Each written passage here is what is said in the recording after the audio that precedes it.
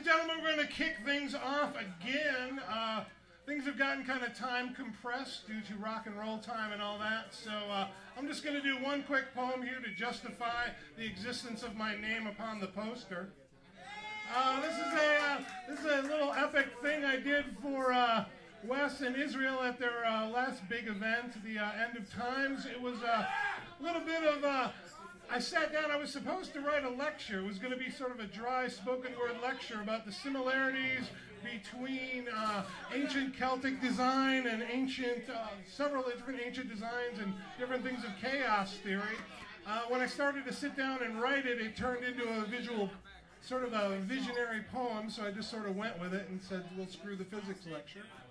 So there's a little thing about, one of the themes of the event was sacred geometry. So I want to talk about it. This is called Sacred Geometry Performance Piece, ... Actually, these guys will come in. Sacred geometry, you see, is a bit of a redundancy. Mathematics, the language of the universe, has been held sacred from its discovery. The holy parabolas, ethereal arcs, celestial sine waves, and assorted sundry sanctified shapes that comprise the entire Euclidean catechism are prayers to that which is. Pythagoras the priest knew that it was all just one song. The arc, the integer, the holy hedron, the baby, the frog, the mountain, the dog, and the shifting, swirling, dancing cosmos. A series of sacred equations describing the whole of creation. The music of the rectangle, the poem that is a triangle. Songs made of symbols were his prayers. A plus B plus C equals 160 degrees. A times A plus B times B equals C times C. All the holy patterns of antiquity, the Celts, the Maya, the Rishis, they all drew designs illustrating that they divine the principles of chaos theory. At least that's what we call it, as if we were the very first to see the constructions of infinity. A mandala, the Book of Kells, both demonstrate extremely well their understanding. Twirling whirls, loops, and knots interweaving like a visual dactyl, millennia before Mandelbrot ever fabricated a fractal. And the one mantra that describes it all like a clarion call, similar patterns repeating on an infinite scale. Similar patterns repeating on an infinite scale. Everybody, similar patterns repeating on an infinite scale. Similar patterns repeating on an infinite scale. Similar patterns repeating on an infinite scale.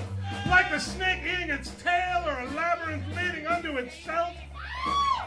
The infinity sign was a design paradigm long before Escher's salamanders ever escaped their paper prison.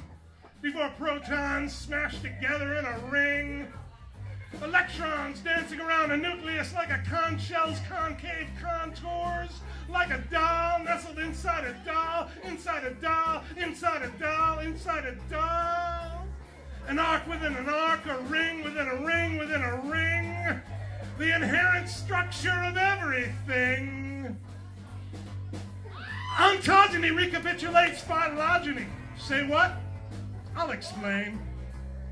You see, the development of a human is a repetition of evolution. We start as strands of protein floating in a sea that fuse into a single cell which divides and divides and divides to form more complex creatures. We got gills for a while, even a tail. Oh, Lord! Similar patterns repeating on an infinite scale. Like a particle accelerator and a hinge. Like a neutron and a wire, like a cumulus cloud and a galaxy, like ontogeny recapitulating phylogeny. Not some silly homunculus, but something much more wondrous. We are the ultimate manifestation of creation's desire for self-revelation. We are the acme of organic perception, our inventions merely increasing life's unfolding direction. Oh yeah, eternally expanding patterns of electricity, particles or waves, depending on how you measure them. Oh Lord, but sparks of light ourselves we are, encased in the amber of matter, 4 proteins repeating in a double gyre. Carbon and water forged in fire. Thank you. Ladies and gentlemen, are you ready to get with the program?